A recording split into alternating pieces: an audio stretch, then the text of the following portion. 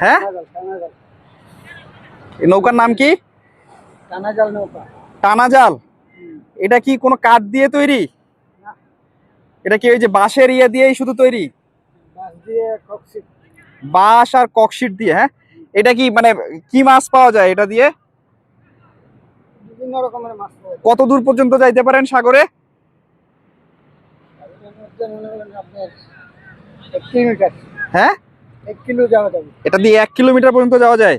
এই নৌকাটাকে আপনারা এমনি কি নামে হচ্ছে ডাকেন? আমরা তো ককশিট নৌকা বলে থাকি। ককশিট নৌকা। হ্যাঁ, ইন্টারেস্টিং, ককশিট নৌকা।